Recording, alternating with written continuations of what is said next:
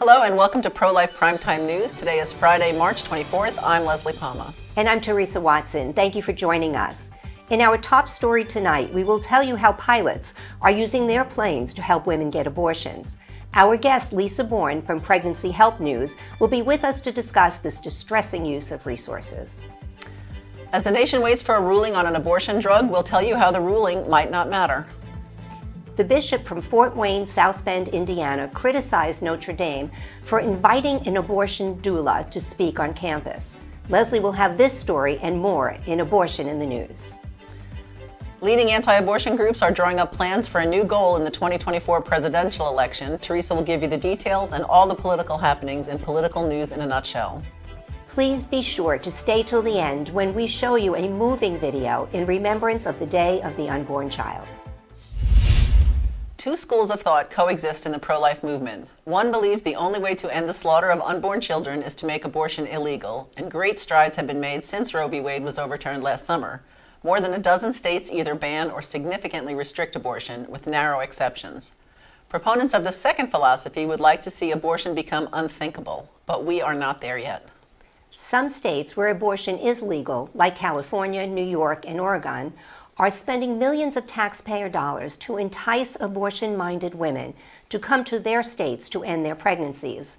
And many companies, including Amazon, CVS, and Netflix, are paying for their employees to travel out of state to have abortions. Private citizens are getting in on the act too. In New York City, dozens of women are part of the Haven Coalition, which offers stays in private homes for women traveling to abortion-friendly New York. Groups like it have formed in other abortion destination states.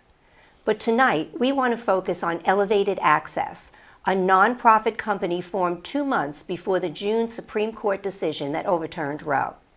Pilots donate their time, aircraft, and fuel costs to pick women up in states where abortion is banned to take them to places where the procedure is still legal. Another 1,000 pilots have signed up and are waiting to be vetted. Elevated Access was started by a man publicly identified only by his first name, Mike. In an interview in The Cut, published last November, Mike said he attended an anti-racism workshop that consisted of, quote, a bunch of white people trying to learn how we could use our privilege to change things. Mike is a licensed pilot and decided he wanted to use that skill to help people. He thought the best way to do that would be to fly women to their abortions free of charge.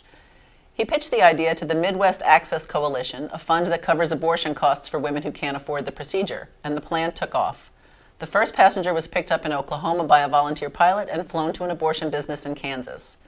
After that first success, Mike worried about being able to recruit enough pilots to expand the service, but then he found a TikTok user, Cheese Pilot, who made videos on everything from cats to abortion, once telling his viewers that he and his identical twin were conceived in rape and born when their mother was 14. Cheese Pilot agreed to record a video asking for volunteer pilots to sign up to fly for Elevated Access. Let's have a look. I want you to look at this map above me from the Center of Reproductive Rights. And I want you to look at all those states where reproductive health care is either not protected, hostile, or just straight up illegal. And I want you to think, do I know a pilot that lives in that state? Do I know a pilot that lives near one of those states? Am I a pilot that lives in one of those states? Well, if you are, and you think that women should have the right to choose what they should be able to do with their body, I want you to volunteer for Elevated Access. And what Elevated Access is a group of pilots volunteering to transport passengers at no cost to access to health care they need, like reproductive and gender-affirming care. If you're not a pilot, or if you don't know any pilots, and you want to help support Elevated Access, there are links in my bio in which you can donate. If you can't donate, there are links in my bio. It's that top link. You click on it, it will download a flyer, and you can print that flyer out, and you can leave it at your local coffee shop. You can pin it up at your school. You can throw it off the rooftops. Actually, don't throw it off rooftops. That's littering. It's bad for the environment, but you get what I'm saying. If you can't do any of that, there's a little button down there that says share. Share it, comment, tag people in this. Make sure that people know that if they're in one of those states that are hostile or reproductive health care is straight up illegal, There's a bunch of pilots out here ready to come pick them up and take them to the health care that they need. Within a day, 800 pilots from all 50 states expressed interest. Now Elevated Access has more than 200 pilots in the air and another 1,000 waiting to be vetted. A story on the news site Defense One said active duty military personnel are among the volunteer pilots. It's clear the pro-life movement has more work to do if we ever hope to make abortion unthinkable. We've asked Lisa Bourne, editor of Heartbeat International's news outlet, Pregnancy Help News, to join us to talk about how to begin to change the mindset of abortion no matter what. Welcome to the show, Lisa. Thank you for having me. It's great to be here. So Lisa, I found this story about the pilots being, 1,000 of them being willing to fly women for their abortion appointments. I found it very discouraging. And I feel like we have a long way to go to change the mindset to make abortion unthinkable. So we want you to tell us if we are making strides there and what else we can do. Well, first of all, as a journalist, I would advise everyone to always have a healthy skepticism about things that you read, especially given their source. I'm not saying that it's not true that they don't have this interest in this program, but you always have to dig a little bit deeper and question. So don't always take everything as fact the first time it's presented. So given that, you kind of always have a little bit of a grain of salt, and you're doing that along with trying not to be discouraged. So I question who's really financing this, and because it's very expensive to fly. So as committed as somebody might be to this cause, I still question whether or not the average, shall we say, not non-commercial or hobby pilot would have the resources to be able to do this and sustain it. But that said, there's probably somebody somewhere that's willing to bankroll this. So yes, I saw that number and I had the same reaction as you, that's a little shocking. All kinds of other questions as far as the legality and the liability for those fixed base operators. But going forward, the bottom line, no matter how we're coming at this abortion issue, women who are facing unplanned pregnancy, they need support, they need resources, and they need compassion. They don't need abortion. That's been shown time and time again, that if you come alongside a woman and help her, then she can do anything. She can achieve anything. She can be a mother. She can choose to parent that child, or she can place that child with another family if she so chooses. I thought that another thing that jumped out at me when I looked at those stories was some of these pilots said that they were willing to fly to provide animal rescue. So they're flying around rescuing animals, but they're flying to take women to do the exact opposite with their babies. And that's just very contradictory. So I think that also speaks to an attitude we have to battle in our culture that, think about this. This is a human being. This is, they think they're being compassionate. And I think that some of them really do feel like they're helping women. But if you really, really think, if you're helping a woman to end the life of her offspring, how is that helping her or anyone? I would venture the assertion that it's helping folks who benefit financially from this. Mm-hmm. Yeah, good. That's an excellent point. Well, Lisa, what about, you mentioned the pregnancy centers and, how we have to come alongside these women. And do you feel that enough emphasis is being put on the importance of the pregnancy centers and how important it is for the local communities to support these pregnancy centers?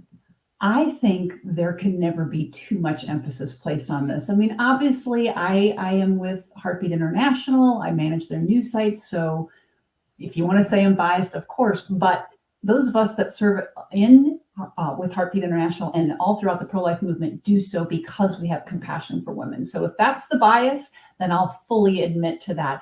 So to answer your question, no, there's not enough emphasis. I think especially there's a dedicated misinformation, disinformation, all these terms being floated around, dishonest campaign, I will say, against pregnancy help organizations by the abortion lobby and its willing proponents in and outside the media, the medical establishment, what have you. So I think a lot of people are pro-life, but I don't think they necessarily understand what's really going on. So we cannot talk too much about the benefits of pregnancy help and the damages and the danger of abortion. So, pregnancy help organizations are throughout our country and the world. And if they are getting noticed in the media these days, if you're paying attention, you'll notice that it is to be negative and disparaging toward them very often. And that's because they provide the antidote to abortion. Our president, I don't know if he coined the phrase, but I do like to use it a lot myself. The best answer to an abortion is another person. And that's what these pregnancy help organizations, they do. They provide compassion and real choice. They provide information and support, and they do so most of the time at no charge, whereas the abortion industry is in there making a profit. They can call themselves nonprofits and be classified as nonprofits, but they are profiting by ending unborn children's lives and impacting, I would say, negatively women's lives, and through a ripple effect, their families and everyone around them for the rest of their lives, negatively impacting them. So we cannot talk enough about the good that pregnancy help organizations are doing. And we, in fact, need to counter the narrative that is out there with the regular establishment media. And in fact, unfortunately, some of our elected officials have taken to attacking pregnancy help. And again, it's because they see it as a threat to that abortion lobby's bottom line. So were you surprised when Roe v. Wade was overturned and when all these companies came forward and said, well, we will pay for our employees to go out of state, we'll pay their travel, pay their lodging? Did that surprise you? And what could the pregnancy help movement do with money like that? Wow. I'll have to say that, again, as a journalist, perhaps I might be a little bit more jaded than the average bear. I was not all that surprised. Very little surprises me anymore. It did take me back a little bit because that's a financial investment.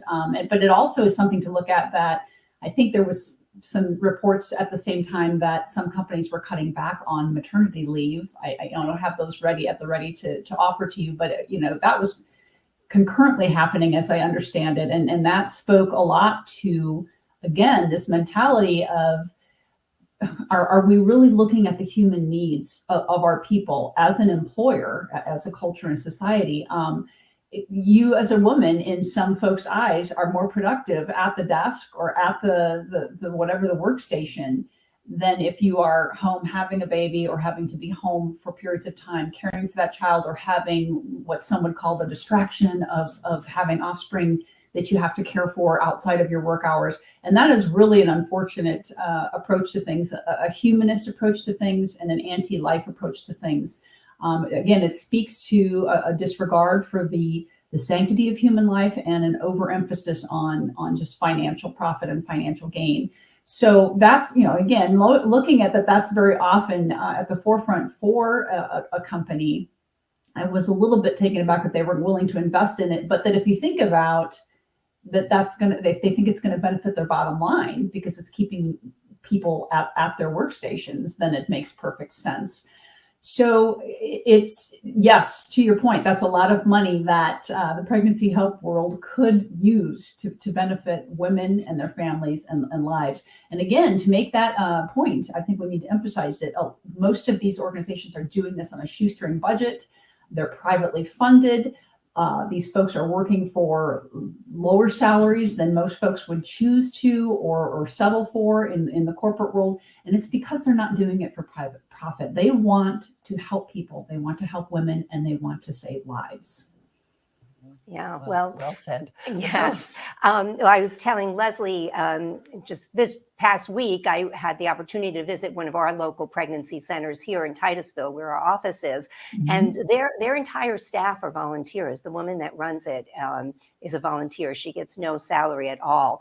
But the other thing, that we were talking about, Lisa, is, we watch TV and all of these different shows, secular shows. And, mm-hmm. Someone will come on, a woman will come on, pregnant. And the first question the other person, her friend, her spouse, whatever her partner will say is, what are you going to do? Like, that's even an option. And I find that mind boggling. When someone tells me they're pregnant, my first reaction is, oh my goodness, what a blessing, how exciting. So how, as our view is, and as individuals, what can we do to kind of change that narrative? I think that we have to constantly have it at the forefront of our mindset and our beings. We can affect change one-on-one, and that's very often how it happens. in your daily dealings with friends, loved ones, business associates. I mean, obviously, depending on your work situation, you'll have to take care about what you say and in what context. Unfortunately, the politically correct world that we live in often limits that. But I even going to your doctor or what have you, you never know when you can plant a seed with someone. So always be ready to shout the lovely story of life and whatever that means in a given context. Women are more than what they produce for a company, and they're more than what they produce as physical or sexual objects for men. A lot of women are not comfortable or ready to be mothers. That's understood. But the answer is never abortion. The answer is never to take the life of your unborn child. If you're pregnant, you're already a mother. The what are you going to do should be, am I going to parent or am I going to place for adoption? If it's an unplanned or unexpected or a pregnancy that you're not prepared to properly deal with. But again, you're not alone. There's pregnancy help 24 hours a day with our option line. You can get help, you can get assistance. People are not going to abandon you if you reach out to the proper parties, if you reach out to people who have a regard for life. So if you're always in that mindset, ready to tell people, life is always worth it. Life is hard, life is messy, but life is always worth it. Life is always a gift. It's not always easy, but it's always worth it. So be ready to say that in your personal interactions and be looking for opportunities outside of those personal interactions. Letters to the editor. If you see elected officials that are speaking improperly about this, or if they are misinformed, you are a constituent. You have the right to reach out to them and communicate with them and convey the truth. Always speak the truth at every opportunity. And we need to do what we can to get these positive stories of how women are benefited by pregnancy help out into the media, whatever context you have, even if it's, again, letters to the editor, just contacting your local media, national media, what have you. I mean, we're all connected technology-wise these days. There's nothing that says you can't reach out to the President of the United States if you want. It may fall on deaf ears, but God rewards us for trying. So we should try in every opportunity that is before us. Well, Lisa, thank you so much for your time today. You were perfect. You were just and I hope you'll come back and join us again. I am so pleased that you have me, and I'd love to. Thank you. Okay, thank you. Thank you, Lisa. Bye. A federal judge in Amarillo, Texas, has not yet decided a case that has national implications on abortion. Judge Matthew Kaczmarek will decide if the Federal Food and Drug Administration's 2000 approval of the chemical abortion drug Mifopristone was proper, whether it should be reviewed, or whether the approval should be withdrawn and the drug taken off the market. In an analysis piece published yesterday, Reuters news service outlined some of the options the FDA might take if the judge rules against it. Ordering a review of the drug's approval process or withdrawing it from the market both would represent unprecedented judicial intervention in the agency's regulatory process, Reuters noted. If Kaczmarek orders the FDA to reconsider the drug's approval, that could trigger a years-long process during which the pill would remain legally available. If the judge orders Mifopristone's approval withdrawn, experts who spoke to Reuters said the agency could choose not to enforce the ban, but that could lead to retaliation from pro-life lawmakers and lawsuits filed against the agency. Mifopristone manufacturers in the U.S. say they will follow the FDA's lead in the case, but an Austria-based firm that ships pills to the U.S. said it would continue selling the pills no matter what.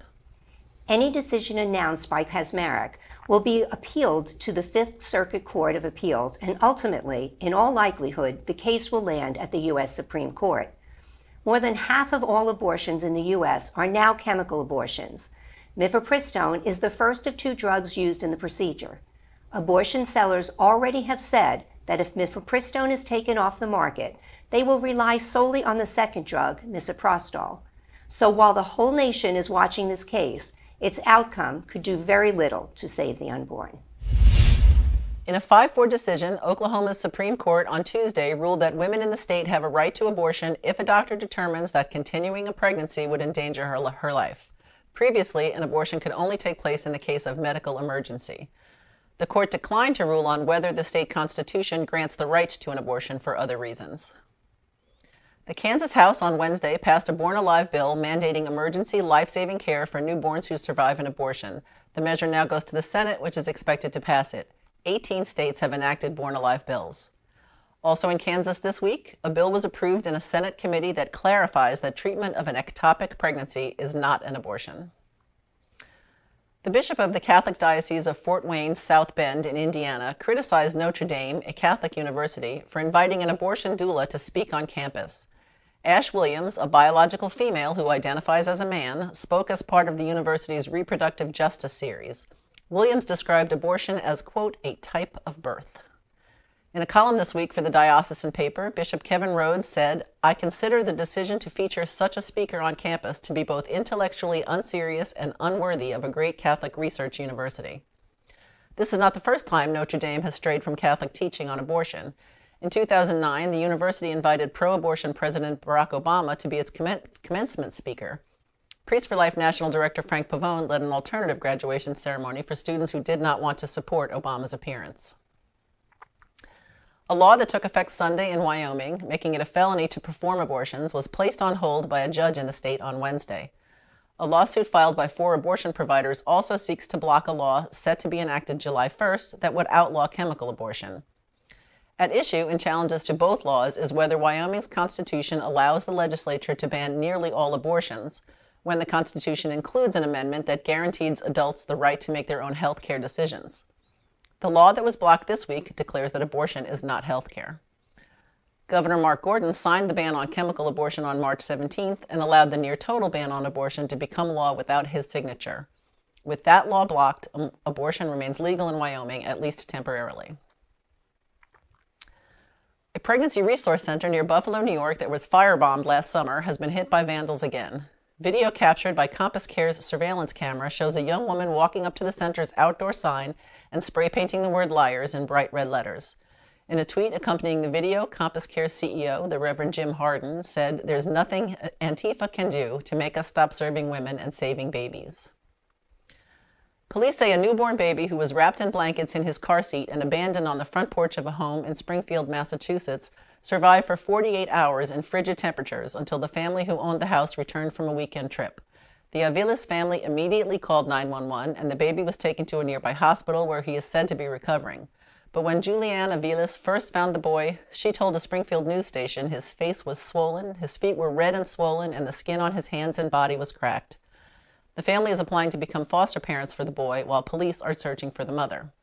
Like all 50 states in the U.S., Massachusetts has a safe haven law that allows mothers to drop off their newborns up to a week old at hospitals, police stations, and firehouses. Clearly, more needs to be done to publicize safe haven laws. And that's Abortion in the News. Pro-life groups are making plans to ensure the 2024 Republican presidential nominee will back nationwide restrictions on abortion. One of the most influential groups, Susan B. Anthony Pro-Life America, is likely to ask candidates to sign a pledge supporting a federal minimum limit on abortion at no later than 15 weeks of pregnancy. If any GOP primary candidate fails to summon the moral courage to endorse a 15-week gestational minimum standard, then they don't deserve to be the President of the United States, said SBA President Marjorie Dannenfelser, who was instrumental in extracting anti-abortion promises from former President Donald Trump during his 2016 campaign. The Heritage Foundation, a conservative think tank, is exploring holding candidate forums or debates where the issue of abortion would be front and center. And Students for Life Action is developing a survey asking candidates whether they'll promise to appoint cabinet members who oppose abortion, if they'd sign legislation to restrict abortions early in pregnancy, and their stance on chemical abortion. The Supreme Court's decision last June striking down a constitutional protection for abortion means such questions are no longer merely hypothetical. If Republicans win enough House and Senate seats in a future election, they could feasibly pass some kind of federal abortion limit, and activists are determined to nail down presidential candidates on whether they would. Republicans now have a 2/3 supermajority in both the Louisiana House and Senate, after the state's longest-serving legislator switched parties last week, giving the GOP the power to override gubernatorial vetoes. Representative Francis Thompson, who has served as a Democratic lawmaker in Northeast Louisiana for nearly 50 years, has changed his party registration March 17th, becoming the 70th Republican member in the state House. The GOP already had a supermajority in the state Senate. The push the past several years by Democratic leadership on both the national and state level to support certain issues does not align with those values and principles that are part of my Christian life, said the 81-year-old Thompson, who served 12 years in the Louisiana Senate and 37 years in the House. Over the past few decades, Republicans have gained significant ground in the Deep South state. Up until 2011, Democrats held majorities in the legislature. Today, along with the GOP supermajorities in the legislature, both the state's U.S. senators are Republican, along with all but one of the 6 U.S. representatives. The state has voted Republican in every presidential election since 2000. Although Louisiana has transformed into a reliably red state, Governor Edwards is a Democrat with a military background and a conservative social agenda, including being anti-abortion. Edwards is unable to seek re-election due to term limits.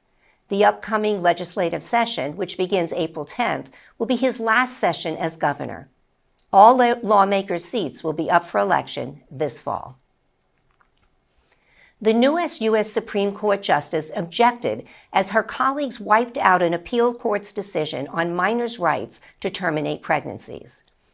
Justice Ketanji Brown Jackson dissented Monday as the Supreme Court vacated a federal appeals court ruling that upheld the right of a minor to go to court to obtain permission to seek an abortion without parental notification.